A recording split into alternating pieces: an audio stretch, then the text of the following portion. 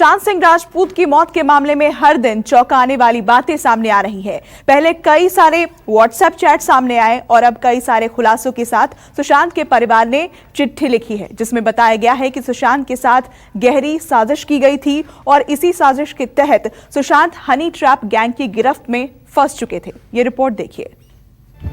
और हर एक मिनट सुशांत सिंह राजपूत की मौत के मामले में एक नई बात सामने आ रही है।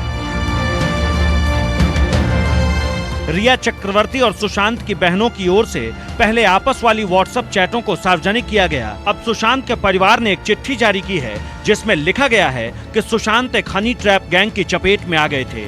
इस 9 पन्ने की चिट्ठी में सबसे ऊपर फिराक जलालपुरी का शेर लिखा गया है। तू इधर उधर की ना बात कर, ये बता कि काफिला क्यों लुटा, मुझे रहजनों से गिला नहीं, तेरी रहबरी का सवाल है। सुशांत सिंह राजपूत की मौत के बाद उनके परिवार की ओर से लगाए गए आरोपों के मुताबिक रिया चक्रवर्ती और सुशांत के संबंधों के बीच पैसा ही सबसे अहम कड़ी है। प्यार की आड़ में पैसों की लालच वाली बात कहकर सुशांत के परिवार ने सबसे पहले रिया को घेरा, रिया के साथ खड़े लोगों को घेरा, सुशांत के कुछ करीबियों को घेरा। अब सुशांत के परिवार ने एक चिट्ठी लिख दी है। चिट्ठी का हर एक शब्द सुशांत के लिए इंसाफ की पुकार है। एक नामी आदमी को ठगों, बदमाशों, लालचियों का झुंड घेर लेता है। इलाके के रखवाले को कहा जाता है कि बचाने में मदद करें। अंग्रेजों के वारिश हैं, एक अदना हिंदुस्तानी मरे, इन्हें क्यों परवाह हो। 4 महीने बाद सुशांत के परिवार का भय सही साबित होता है। अंग्रेजों के दूसरे वारिश मिलते हैं, दिव्य चक्षु से देखकर बता देते हैं कि ये तो जी ऐसे हुआ है। व्यवहारिक आदमी है, पीड़ित से कुछ मिलना नहीं सो मुजलिम की तरफ हो लेते हैं। अंग्रेजों के एक और बड़े वारिश तो Jallianwala Bagh fame general Dyer को भी मात दे देते हैं। सुशांत के परिवार को कहते हैं, तुम्हारा बच्चा पागल था, सुसाइड कर गया, होता रहता है, कोई बात नहीं। ऐसा करो कि 5-10 मोटे मोटे लालों का नाम लिखवा दो, हम उसका भूत बना देंगे। पूरी चिट्ठी में सुशांत के संघर्ष के साथ मिलने वाली सफलता और उसके बाद सुशांत की पूरी कहानी को लिखा गया है। जीवन के आखिरी दिनों में सुशांत के साथ हुई घटनाओं का जिक्र भी इस चिट्ठी में बहुत अच्छे से किया गया है। सुशांत के परिवार को शोक मनाने का भी समय नहीं मिलता है। हत्यारों को ढूंढने के बजाय रखवाले उसके मृत शरीर की फोटो प्रदर्शनी लगाने लगते हैं। उनकी लापरवाही से सुशांत मरा, इतने से मन नहीं भरा तो उसके मानसिक बीमारी की कहानी चला, उसके चरित्र को मारने में जुट जाते हैं। सुशांत के परिवार ने मोटे लालों का नाम नहीं लिया तो क्या हुआ, अंग्रेजों के वारिश हैं, कुछ भी कर सकते हैं, सो फैशन परेड में जुट गए।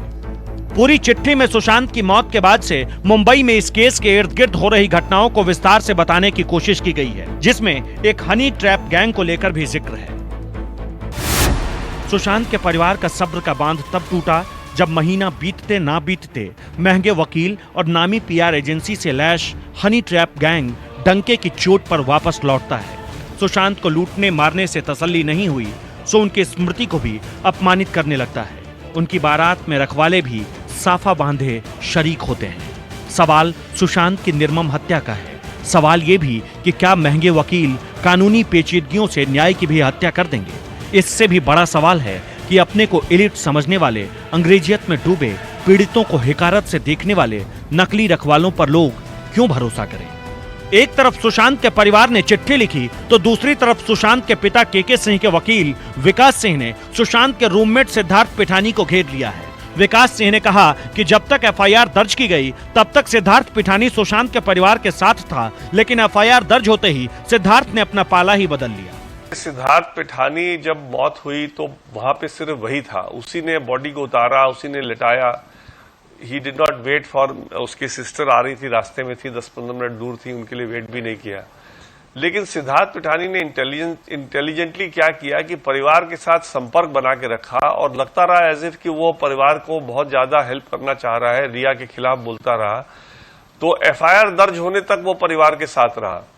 जैसे एफआईआर दर्ज हो गया और उसका नाम उसमें एक्यूज्ड में नहीं आया, उसके बाद से पलट गया। फिर उसने ईमेल भेज दिया रिया को, जिस ईमेल का रिया ने सुप्रीम कोर्ट में इस्तेमाल भी किया है। विकास सिंह ने सुशांत की मौत को संदिग्ध बताकर एक साथ उन तमाम लोगों को घेरने की कोशिश की है जो इस दौरान सुशांत के साथ थे या फिर कुछ दिनों पहले ही सुशांत का घर छोड़ा था। लेकिन जिस तरह के क्वेश्चंस उठ रहे हैं अभी उनको देख करके डेफिनेटली डाउट हो रहा है परिवार को कि ये मर्डर का भी इसमें गुंजाइश है। लेकिन जो परिवार का ये मानना है कि जो प्लेयर्स होंगे, मर्डर के प्लेयर्स भी जो होंगे या जो अक्यूज्ड होंगे वो वही होंगे, क्योंकि जो सुशांत के पास रिया चाहे रह रही थी या नहीं रह रही थी, उनके जो आसपास जो लोग थे, सिद्धार्थ पिठानिया वगैरह जितने भी लोग थे, सब रिया के ही नियुक्त किए हुए थे। तो इन दोनों का अगर इन्वॉल्वमेंट देखा जाएगा तब पता चलेगा कि क्या ये मर्डर है या अटेम्प्ट टू सुसाइड है, अबेटमेंट टू सुसाइड है।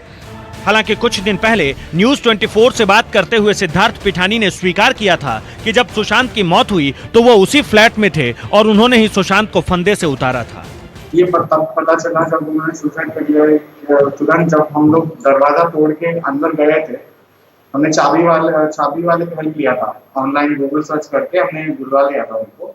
जैसे वो चाबी वाले ने दरवाजा का लॉक निकाला, हम अंदर गए तो सबसे पहला मैं ही अंदर गया था उनको देखने के लिए। इसलिए सिद्धार्थ पिठानी का अब रोल बहुत ही डाउट में लगता है, खास करके जब आप सारे फैक्टर्स को देखें। मौत में जिस तरह का उनके गर्दन पे निशान था, जितना हाइट था पंखे से पलंग का, और किस तरह से आदमी इस तरह के सिचुएशन पे किसी का मौत हो सकता है कि नहीं हो सकता है बाय हैंगिंग, ये सब सवालिया निशान उठ रहे हैं।